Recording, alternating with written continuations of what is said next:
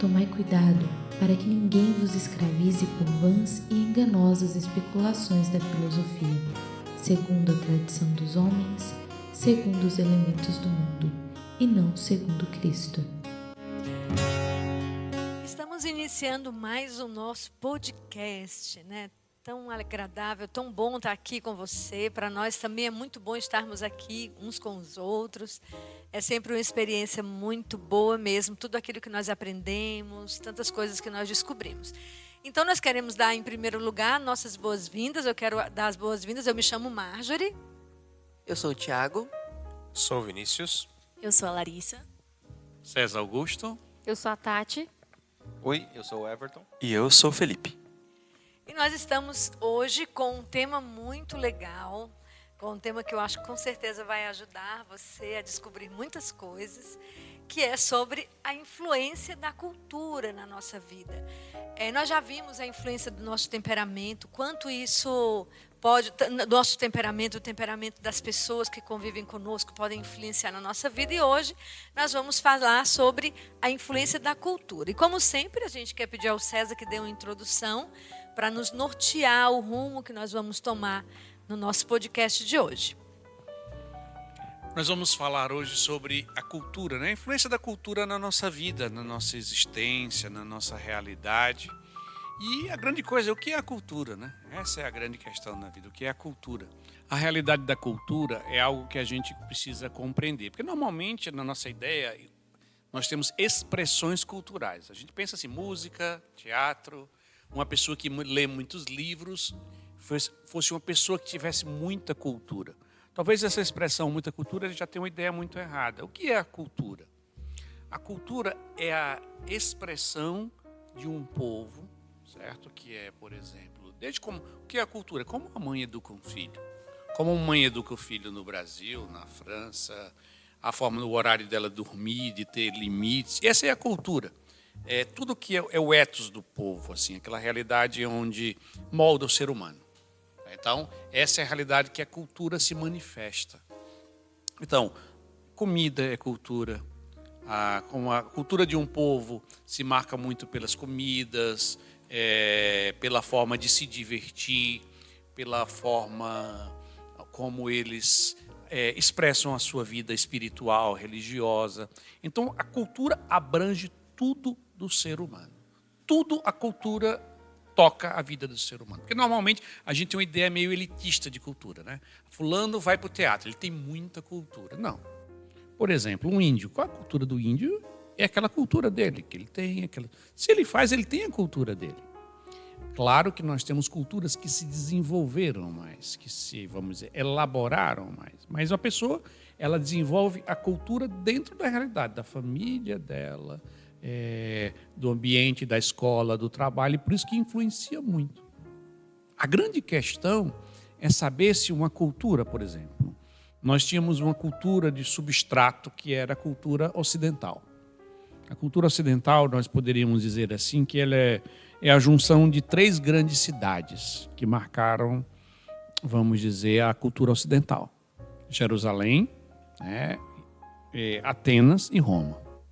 De Jerusalém nós recebemos a fé, as escrituras. De Atenas nós recebemos a filosofia, a forma que o Ocidente pensa, a lógica ocidental.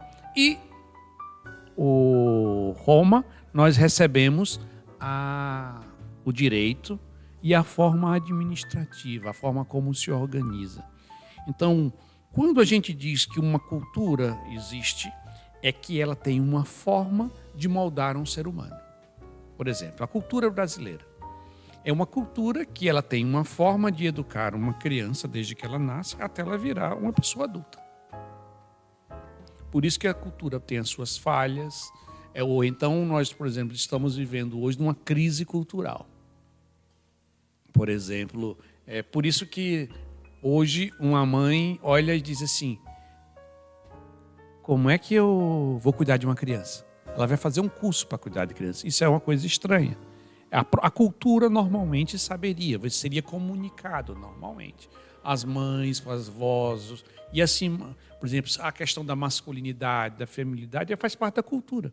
Ela nos é comunicada. Quando uma cultura começa a entrar em decadência, as pessoas começam a chegar nas fases sem saber o que fazer. Ela vai casar, eu preciso fazer um curso para casar. É um sinal, sintoma. Ou então, hoje, tem aquele pessoal que tem curso para tudo, né? Como ensinar a namorar. É tipo de uma falência cultural. Porque a cultura é como se fosse um software. Que se você liga na pessoa, a não ser que a pessoa tenha algum problema psicológico, de estrutural desenvolvimento, ela automaticamente liga e funciona. Ela aprende. A cultura é como as crianças brincam, é como se expressam. Então, é como a adolescência, como os jovens brincam, as festas. O que é interessante a gente notar que nós estamos hoje numa grande crise cultural. As crianças chegam sem saber o que elas não aprendem o que precisam aprender. Um jovem chega e, vamos dizer assim, como é que namora? É uma coisa estranha. Casa, eles está grávida, vão ter um curso para educar os filhos, porque não tem ideia. Para tomar iniciativa. Tem até hoje, não, aquele pessoal que dá curso de tudo, né? Que é a pessoa que contrata, como é que chama? Coach. Coaching. O coach é um sintoma de um problema cultural. As coisas óbvias que se deveriam ser aprendidas culturalmente, alguém agora é contratado para fazer isso. Então, por quê? Porque a cultura não se desenvolveu ou ela está sofrendo uma crise muito grande. Então, nós vivemos hoje uma grande dificuldade cultural. E é grande desafio. Qual é o grande desafio, por exemplo, da fé? O grande desafio da fé é evangelizar a cultura. Não é evangelizar teatro. Não é evangelizar a música. É evangelizar como se forma o ser humano. Então, a cultura é o método pelo qual uma sociedade educa e forma um ser humano para ele chegar ao seu desenvolvimento pleno. Então, isso seria, assim, resumindo, a cultura. É muito engraçado, né, César, isso que você está falando, porque, na verdade, nós vamos poder até conversar aqui sobre os efeitos da decadência da cultura no nosso meio, principalmente a cultura ocidental, né? Porque, não sei se você vai lembrar, César, que um dia eu comentei lá em casa que eu vi um nutricionista, homem, no Instagram, eu escutei, vi também, ele dando mas brigando com as pessoas, falando de forma tão bruta, tão grosseiro, que eu disse, eu seguia ele, sabe? Mas quando eu vi assim a grosseria, aí eu disse, César, é impressionante como as pessoas, é uma multidão que segue ele, porque as pessoas precisam de alguém que brigue com elas. Os pais deixaram de fazer isso, porque os pais faziam isso, brigavam, eram firmes com a gente, tarará, e a gente às vezes achava horrível aquilo em casa, não sei o que, minha mãe foi muito firme comigo, não sei o que, a gente achava ruim, mas a ausência de... Aí o que aconteceu? Os avós dessas pessoas acharam horrível e criaram seus filhos, seus pais, né, sei lá, sem os pais brigarem com os filhos. Aí quando o pessoal vai para o Instagram para alguém brigar com ele. Aí chega um ponto assim, de uma decadência horrível. Né? A próxima fase é o filho brigar com o pai, né? É isso aí, eu acho que já está nessa fase. Já de bebê, também. né? Sim, nascer assim, isso, né? Já. Mas é muito impressionante você falando aí, a gente vê, né, a decadência da falta de norte. Eu lembro que Dom Lucas disse uma coisa muito interessante, há muitos anos atrás, olha, uns 25 anos atrás. Dom Lucas Moreira Neves era arcebispo, cardeal arcebispo de Salvador. Ele disse, a família, hoje a família, naquela época, corre um grande risco, porque nem a sociedade mais protege a família. Porque agora existe uma ofensa direta à família. Então, a gente vê que de lá para cá realmente foi o que nós vimos, né? Uma decadência da família, uma falta de norte. Ninguém sabe mais o que é família. E para nós agora, do tempo de 2000, desse ano que nós vivemos, desses anos, né? Depois de 2020 para cá, nós vivemos um período em que a gente não sabe mais nem o que é homem e mulher, quanto mais família, né? Então, assim, vai dando uma insegurança muito grande para as pessoas, esse declínio da cultura ocidental, né? Acho que, em resumo, essa crise na cultura gera a crise de identidade pessoal, né? Não só de si, mas realmente em todas essas fases, como a gente está dizendo, né? Que a pessoa precisa enfrentar, passar, como ser um homem, como ser um pai de família, como formar uma família. E aí, parece que uma coisa vai deteriorando outra, né? A cultura gera isso e a gente vai gerando fomentando essa incerteza da cultura e para que caminho nós partimos, né? Esse é o grande desafio, porque é a cultura que depois da fé, a coisa mais importante que existe é a cultura. Certo? A fé é a coisa essencial para a nossa salvação, mas é a cultura que nos faz seres humanos. Sem a cultura, nós não nos desenvolvemos como seres humanos. Nós não conseguimos desenvolver as nossas capacidades.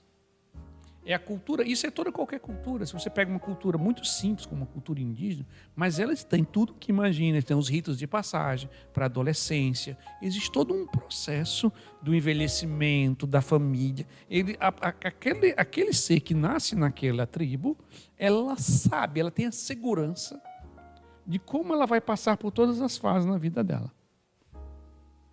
Quando você está numa cultura que ela perde isso, ela é uma cultura ansiosa.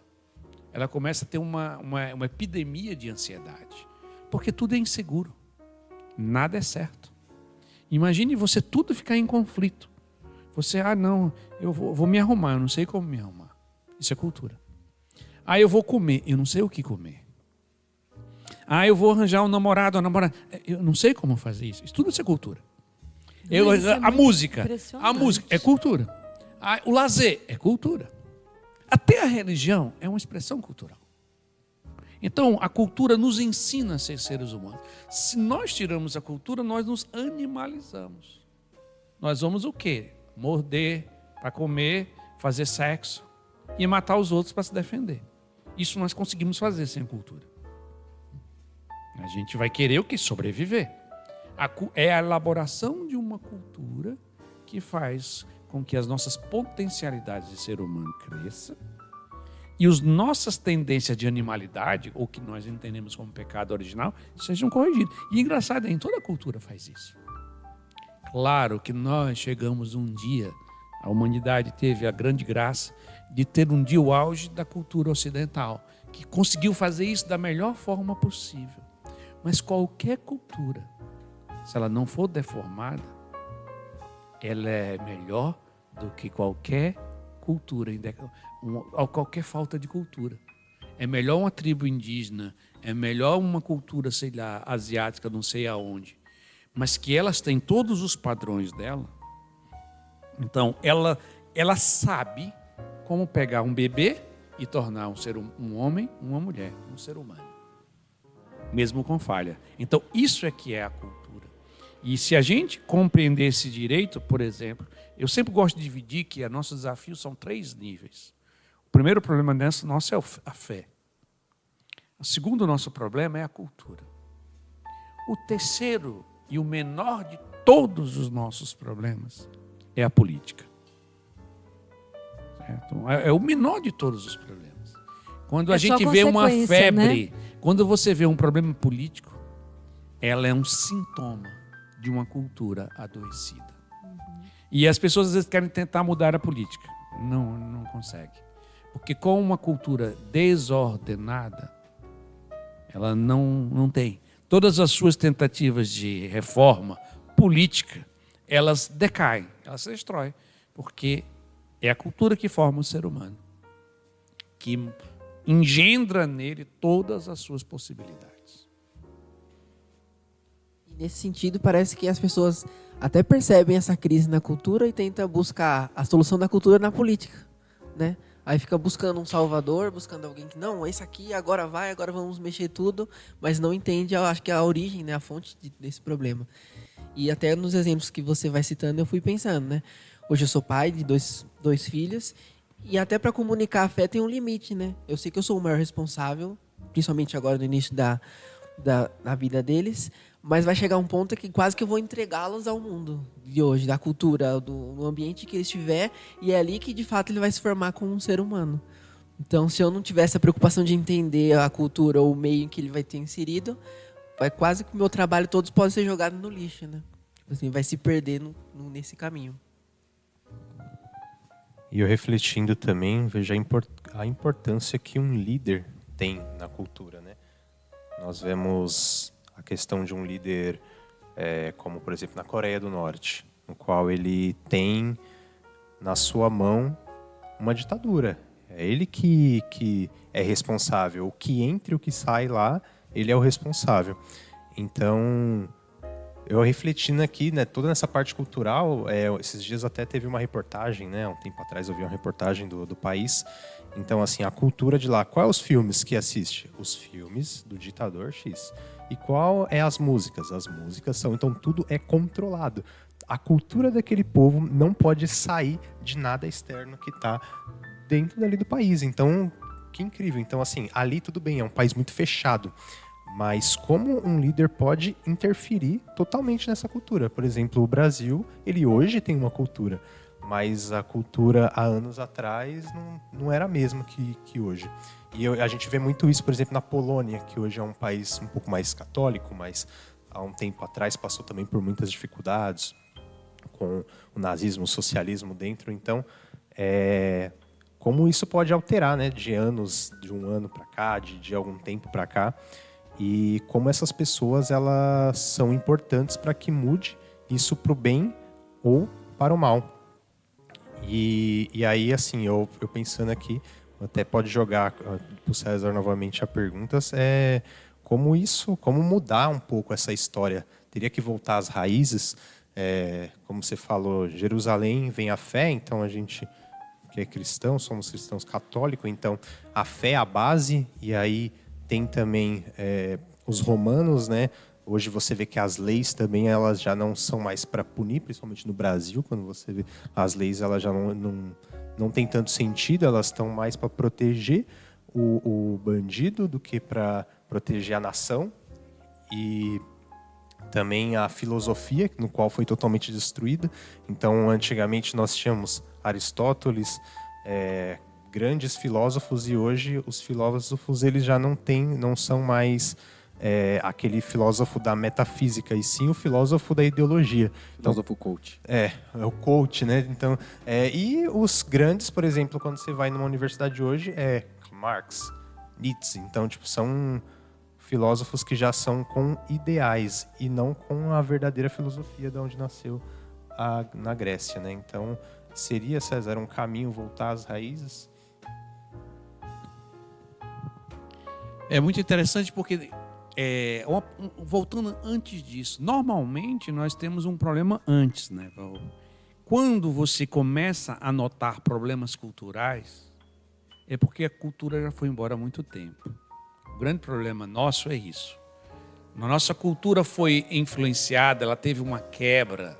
Ela começa, século XVII, por ali, mais ou menos, começa o iluminismo, tudo. Isso daí é que vai destruir a cultura. Existe um pensamento. Hoje, quando você começa a dizer, é como se quando você nota que a cultura foi corrompida, é como se você estivesse aqui numa casa. Quando é que você nota que os ladrões entraram? Quando ele está com uma pistola na sua cabeça. Mas antes disso, ele arrombou a porta, ele fez um monte de coisa que algumas vezes você ficou batendo palma, aplaudindo. Olha, que coisa linda, ele está arrumando a porta. Quando a gente diz agora, as leis são para proteger... Mas é bobagem. O problema estava 40 anos atrás. Só que a geração de 40 anos atrás não notou. Não notou que estavam arrombando a porta. E a geração de 40 anos atrás bateu palma para isso. Achou bonito, achou que era fantástico, achou que era sensacional. Hoje é uma coisa muito... Seria, na verdade, é até difícil pensar qual seria a solução, né? Essa seria uma coisa engraçada. A primeira solução seria notar que nós temos um problema cultural. Porque notar o problema é como você notar que tem uma doença. Você tem uma doença, então você tem que levar em consideração que aquilo que você tem, aquele limite, aquele problema, e vai tomar as decisões a partir daquilo ali. Então nós temos uma doença cultural. Tem dois problemas. Temos duas vertentes no problema cultural. Uma é o problema político, que explode aí de todas as formas, com todas essas coisas erradas de leis, de tudo, é tudo ali. Nós estamos dentro de uma casa, os ladrões entraram, já estão com a arma na nossa cabeça, agora a gente está notando, olha, tem um problema. Sim, mas o problema era bem antes para ser resolvido. E tem uma segunda vertente dos problemas da falta de cultura. Como eu disse, que a cultura forma um ser humano. Que é, então, se você não tem cultura, qual a segunda explosão? Psicológica. Você vai ter epidemia de depressão, epidemia de ansiedade, epidemia de angústia, porque você não sabe o que fazer. Nesses dias eu estava vendo uma reportagem aí, sobre crianças, né? Por que crianças... Tem epidemia hoje das crianças não... Vamos dizer assim... Ter uma epidemia de ansiedade em criança. Ele diz, olha, até as pessoas dizem assim, olha, redes sociais. Redes sociais é até uns efeitos secundários, não é a raiz do problema. A raiz do problema das crianças de hoje é que na cultura anterior, as crianças eram criadas para desenvolver autonomia. E hoje as crianças são criadas para ser protegidas. Então, isso faz. O que você faz? Aí você protege seu filho quando é criança, ele não anda mais na rua, ele não se expõe mais na calçada, ele não manda. Então, os pais trocaram a ordem agora, eles querem proteger os filhos. Só que aí tem um momento que ele vai ter 14, 15 anos de idade e ele não tomou nenhuma decisão autônoma até aquele momento. E começa a aparecer um monte de decisões e nenhuma ele sabe resolver.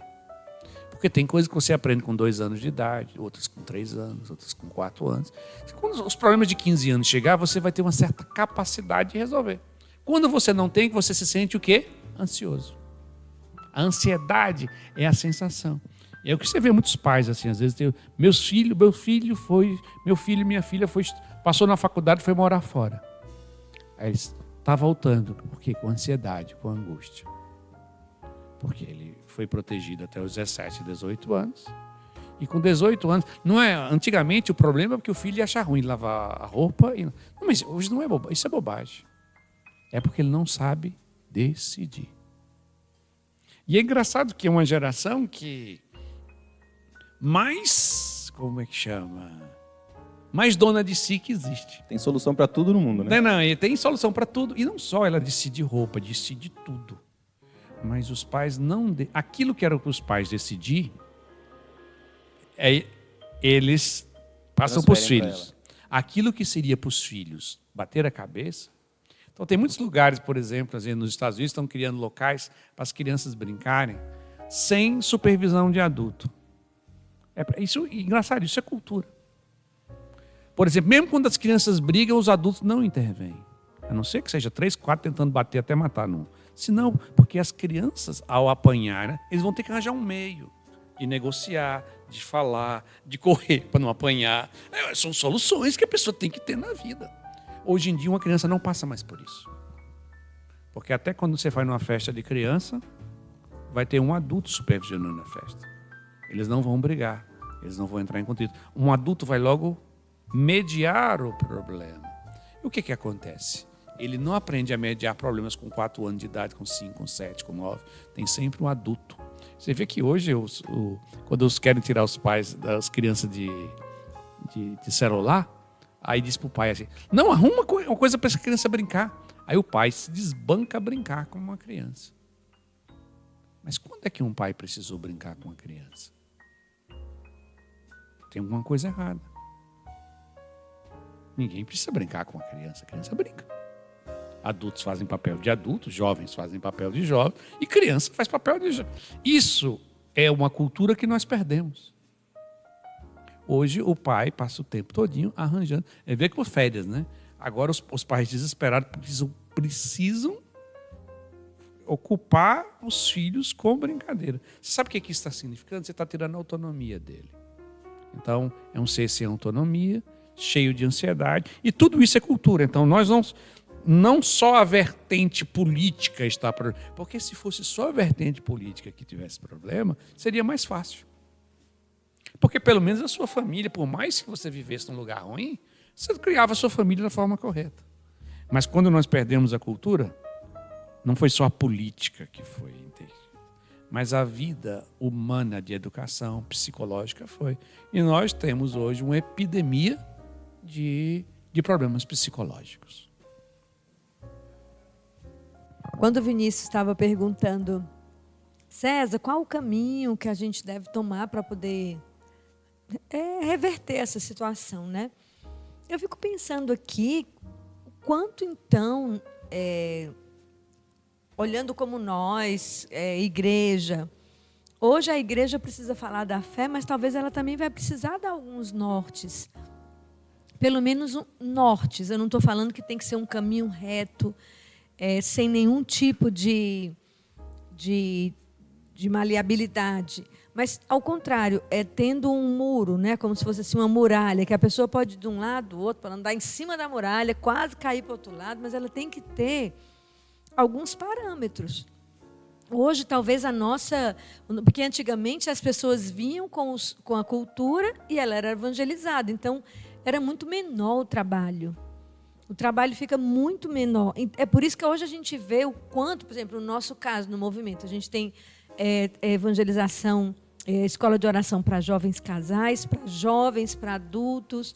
E a gente começa nesses locais tendo que falar da cultura, tendo que dar padrões, tendo que dar nortes, como um convite, né? Que as pessoas, claro, vão aderir se elas quiserem, mas hoje passa a nós termos também essa responsabilidade, por amor às pessoas.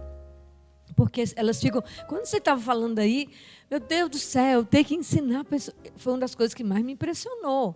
Foi quando a gente começou a evangelização na escola de jovens, lá no Mosteiro de São Bento. E eu fui começando a perceber que as meninas não sabem mais paquerar, não sabem mais ser mulher. A coisa mais básica, eu nem sei quando foi que eu aprendi isso, eu não lembro. Porque eu acho... Um curso, uma aula? Não sei. Você não teve isso? Um masterclass, live? Você não viu uma live? Você não viu uma live, não comprou aqueles coisas que faz o curso da cursos, os né? cursos. Um e-book, Não teve um né? curso de paquerização 2000? Não teve assim.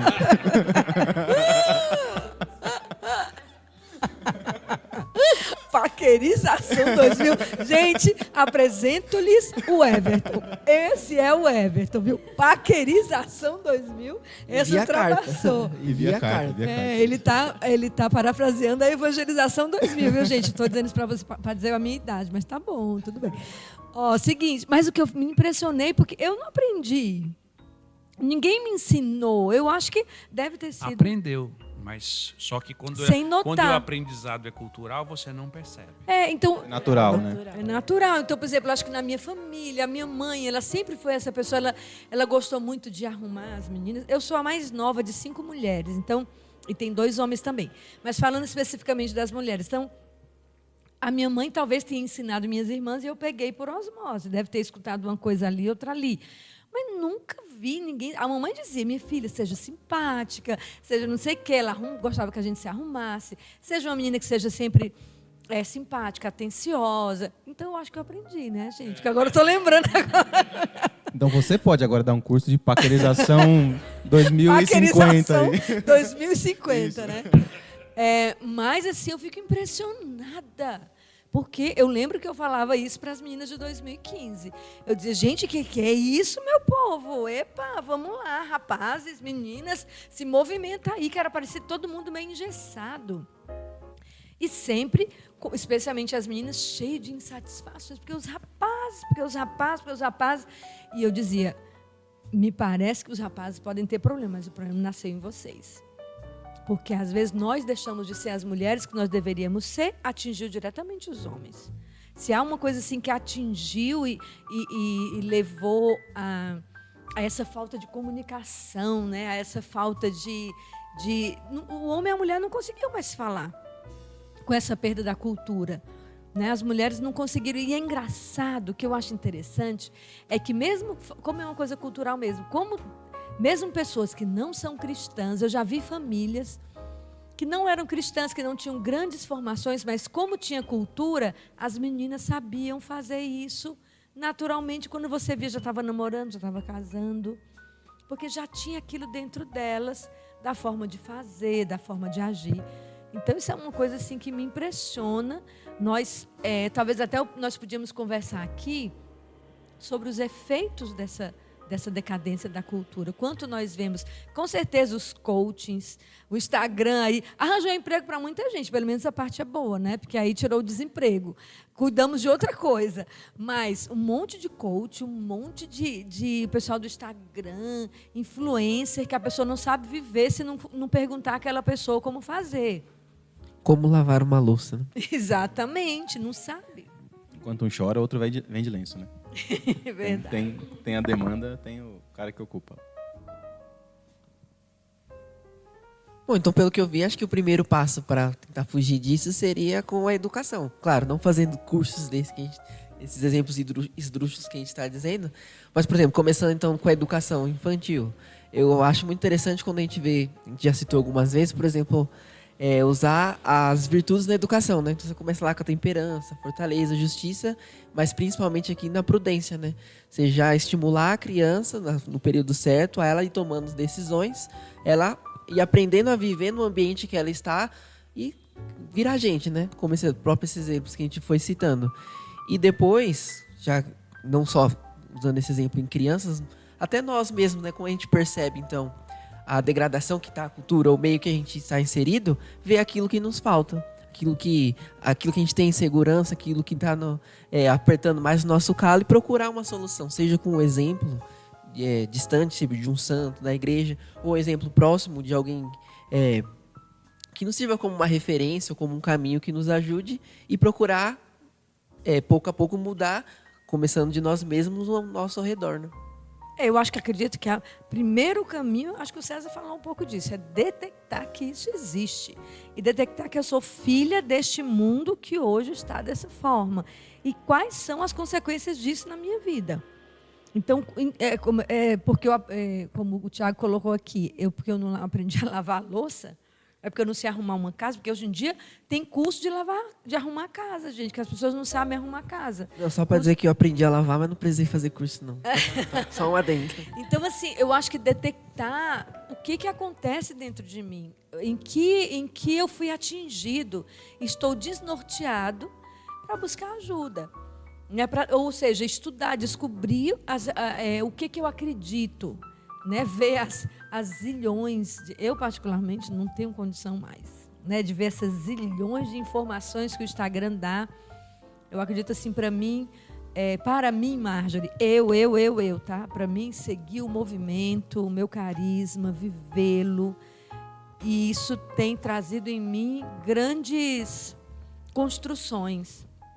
Então, eu acho que as pessoas precisam encontrar um caminho, não ficar desesperado, sabe, se rodando. Você segue um caminho, se não for esse, que seja o seu, mas que você encontre, porque isso, aí se você for sempre perguntando nesse caminho, qual a referência disso, qual a referência de família, qual a referência de amizade, qual a referência de ser mulher, nesse caminho, porque senão você vai enlouquecer, porque são muitas expressões.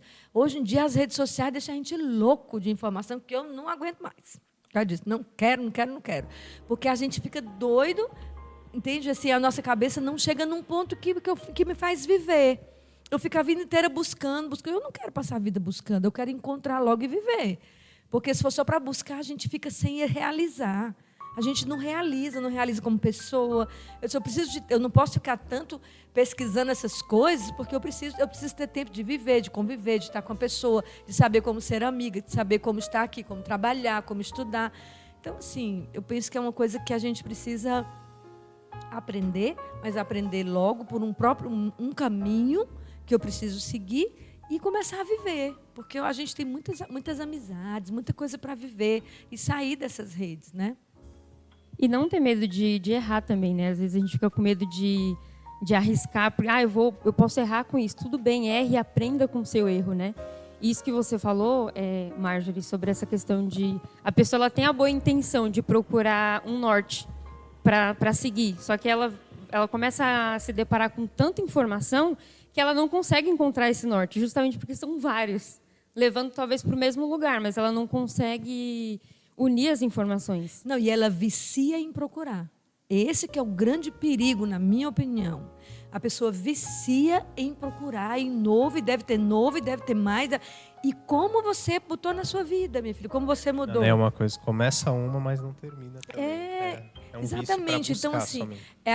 essa é um risco muito grande, porque você fica uma pessoa virtual e não uma pessoa que vive. Eu brinco agora, meu lema é: desculpa, eu não tenho tanto tempo assim para as redes sociais, porque eu tenho que viver. Eu tenho meus amigos, eu quero brincar de ping-pong, de pebolinha, eu quero fazer coisas, eu quero estar com as pessoas que eu gosto, eu quero trabalhar, eu preciso trabalhar para o reino de Deus. Gente, eu preciso executar, né? Eu acho interessante isso que você falou, né, da gente procurar várias informações ao mesmo tempo. Isso confunde mesmo, acho que essas neuroses, né, ansiedade, depressão que o César comentou, acaba entrando nisso, de você ver muita informação, aí você acaba querendo copiar a vida do influencer, né? E você não consegue encontrar quem você é, você acaba percebendo que você está tentando viver a vida do outro, não está assumindo ali a sua circunstância atual. Mas a minha dúvida é um processo anterior, porque quando você começa a buscar amizades, né, ambientes que você possa viver, né, não ficar só vendo, se baseando nas vidas que você está vendo no Instagram, você vir para a realidade mesmo. E é isso que vocês comentaram, a gente acaba aprendendo, amadurecendo, conforme a gente vai vivendo, vai tentando, vai errando, levanta, tenta de novo. Mas e o processo anterior, né? Quando que você percebe que, putz, eu tenho que buscar uma finalidade para a minha vida? Eu acho que aqui entra essa questão também da religião junto com a cultura, né? Hoje eu percebo que se fala muito daquela questão de bondade, beleza, verdade, porque realmente está faltando na nossa sociedade, né? As pessoas, elas até às vezes percebem que tem essa crise na cultura, mas e a finalidade, né? Elas às vezes estão buscando no lugar errado, parece. Elas não entendem que toda essa busca ela tem que ter um fim, né? Acho que entra um pouco o sentido da vida aí, né? Putz, para onde eu vou direcionar esse meu caminho aqui? Uma vez eu ouvi uma frase que uma verdadeira cultura, ou verdadeira arte, era aquilo que o homem produzia enquanto ele buscava Deus. Ou seja, ele direcionando a vida dele para Deus, ou seja, um homem ordenado, né? A alma ordenada a Deus, o corpo ordenado à alma, ele podia produzir peça, filme, vida, né? Podia viver, como a Marjorie disse, e tudo aquilo estaria ordenado, né? Então, o que começa a degradação é o homem deixar de buscar Deus. E aí o fim acaba lá na cultura degradada, né? E o retorno para isso, imagino que seja ele voltar a buscar Deus de um modo ordenado, de um modo que tem um caminho seguro, como a Marjorie disse, né? Meu caminho seguro é viver aqui no movimento, porque aqui a gente tem a busca a Deus e isso me ajuda a ordenar, né? Me ajuda a colocar a vida, digamos, no eixo, ter os parâmetros lá para você poder se encaixar e dizer isso é bom, isso não é, isso faz parte do meu caminho, isso não faz parte, né? Então acho que é isso. Pô, agora ouvindo vocês falarem sobre isso, eu lembro assim, antes desse negócio de rede social e tudo mais, né? Que eu vivia em meio cultural, eu cresci, né? E vivia a minha vida na periferia, ainda moro na periferia, e é uma bolha. É uma bolha porque a gente ouve tudo igual, veste tudo igual, gosta de tudo igual, e se cria todo mundo igual. Então eu gostava de funk, de rap. Por isso que você tá de Juliette aí, né? Usava terço no pescoço, não sabia nem para que era um terço, né? A gente pensa que é um amuleto, né, e tal. Então, a gente vive num meio cultural que a gente acha que essas coisas são bonitas, são belas, e a gente quer repetir, fazer tudo igual. E depois de um momento que eu furei essa bolha, né, que entrei no Crisma, depois entrei na escola de jovens, por exemplo, que comecei a explorar, né, outras coisas, outros tipos de cultura, vamos dizer assim, ouvir outros tipos de música, visitar outros espaços, né, até porque toda influência também da arquitetura, tudo molda a gente também, né? A gente esquece o que é belo, a gente esquece o que é bonito, né? Até a questão da música, enfim. E passei a odiar funk também. Mas, bom, nada contra, quem quiser, gosta, enfim. Mas quando eu comecei a buscar Deus em si, as outras coisas foram se moldando mesmo. E isso, vocês falando agora, eu consegui fazer essa referência assim, nas coisas que mudaram assim, na minha vida culturalmente. Ainda sou um pouco sem cultura, né? Que gosto de umas coisas meio zoada. Ninguém é sem cultura. Pai, sem cultura não. Ainda tenho muitas deformações. Mas tem alguma cultura aí que te ajudou Exatamente. ou te atrapalhou, né? Mas eu uso muito essas minhas deformações para divertimento, porque eu me divirto, hein? Meu Deus do céu. E foi uma coisa natural para você, né, Felipe? Não foi algo que você pensou, não, eu tenho que buscar isso, porque isso é o correto, isso é o certo. Não, no momento em que ele começou realmente a buscar a Deus, foi quando as outras coisas foram surgindo de forma natural. Exatamente. Não teve pressão para que aquilo acontecesse. Exatamente, tudo natural. Inclusive, eu volto lá onde minha mãe mora, né? Moro em outro bairro, mas volto lá, as pessoas estão do mesmo jeito, na mesma cara, mesmo tipo de roupa, ouvindo as mesmas coisas e, tipo, elas não furam essa bolha que eu furei, por exemplo, entendeu? Porque estão estagnadas ali no mesmo lugar. Só tem uma coisa, né? A Larissa estava falando sobre o sentido da vida, mas é muito difícil para alguém tipo Felipe, que foi criado já numa deformação cultural, ela conseguir descobrir sentido da vida. Geralmente você vai buscar sentido da vida, normalmente quando você já tem algum grau cultural. A cultura já lhe deu isso, de alguma forma. A cultura que lhe deu por causa da música, do que você foi possibilitado ler, tudo. Nós temos a influência cultural. Eu diria que a influência cultural é muito mais forte do que o temperamento. E se você colocasse entre temperamento e cultura, eu diria que a cultura pesa muito mais. Eu pensei, muita gente fica lá, qual é o meu temperamento? O problema é você descobrir qual é a sua cultura. Eu lembro quando eu era jovem, há muitos e muitos anos atrás, num reino distante daqui. Era uma vez. Eu tive um choque, olha, porque eu até considero que eu não... É porque, na verdade, um dado momento da minha vida, eu tive uma influência marxista. E a influência marxista, ela é feita para quebrar toda e qualquer referência cultural. Ela vai quebrando todas as coisas por dentro para que você não fique com referência cultural nenhuma. Para que você absorva tudo ao contrário. E, claro, depois eu tive minha experiência com Deus, tudo, de fé, ter sentido de vida. Mas eu não percebia o mal cultural que eu tinha. E eu lembro que para mim foi um momento foram alguns momentos muito fortes na vida. Um foi quando eu fui morar no Rio de Janeiro, que eu passei um mês com os frades dominicanos.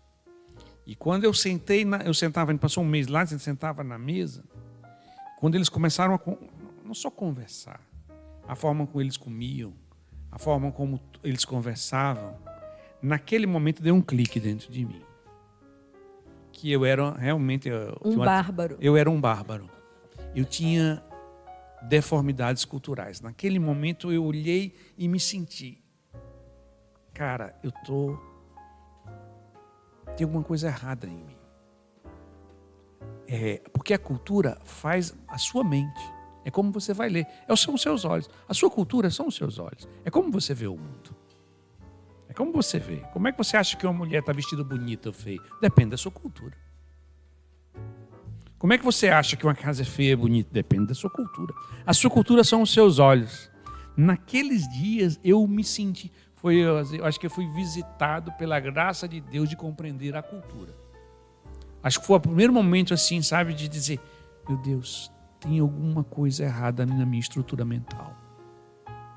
E eu preciso fazer alguma coisa. Eu não quero continuar sendo desse jeito. Foi uma coisa muito consciente que eu parei. E olha, como eu disse, eu já tinha Deus, eu morava numa comunidade, eu pregava, mas eu não ainda notava o que era uma cultura e os efeitos dentro dela. E depois, um segundo momento, já morando em Salvador, eu tive a experiência com os irmãos de São João, é uma congregação francesa, que falava sobre, era muito ligada às culturas, a parte filosófica de São Tomás de Aquino.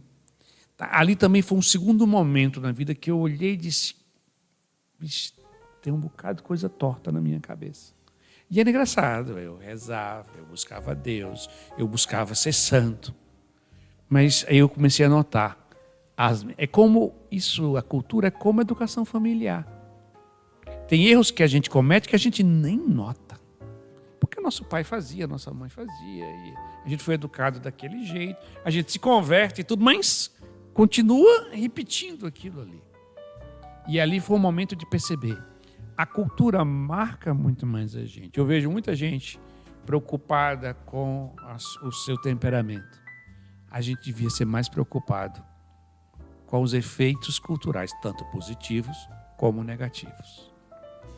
Eu vejo uma resposta também para a cultura, né? Para a deformação da cultura, que seria, por exemplo, o homeschooling, que a gente vê muito há um tempo atrás, começou muito.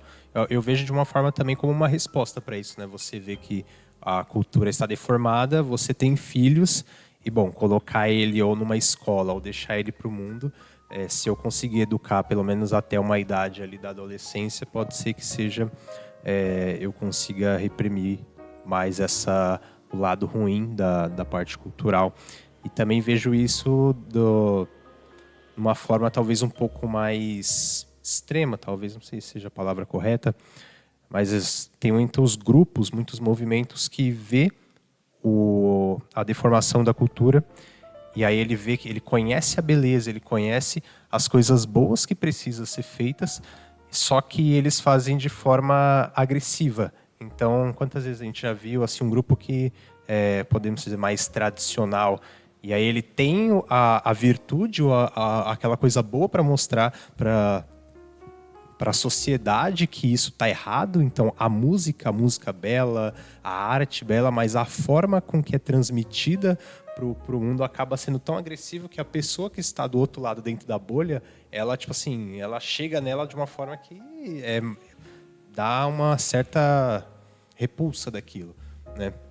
Então, tanto isso a gente que é da igreja, nós somos da igreja também, nós vemos isso às vezes quando vem alguém que é mais tradicional da liturgia, é algo realmente belo, mas quando ele chega e fala, mas tá errado a missa nova, e ele já vai chegando assim, você já fica tipo, ele poderia até estar certo em algum detalhe, mas a forma com que vem ser transmitido acaba mudando toda a história. Eu acho que esse ponto da criação, ele é essencial, porque você vai acabar educando indivíduos que depois vão conseguir ocupar esses espaços, né? Porque, de fato, assim, tem pessoas... A gente tem que considerar, né? Que tem pessoas que não teve a mesma realidade que você, nem a mesma formação, nem conviveu com as mesmas pessoas. E vai ter que ter o primeiro contato.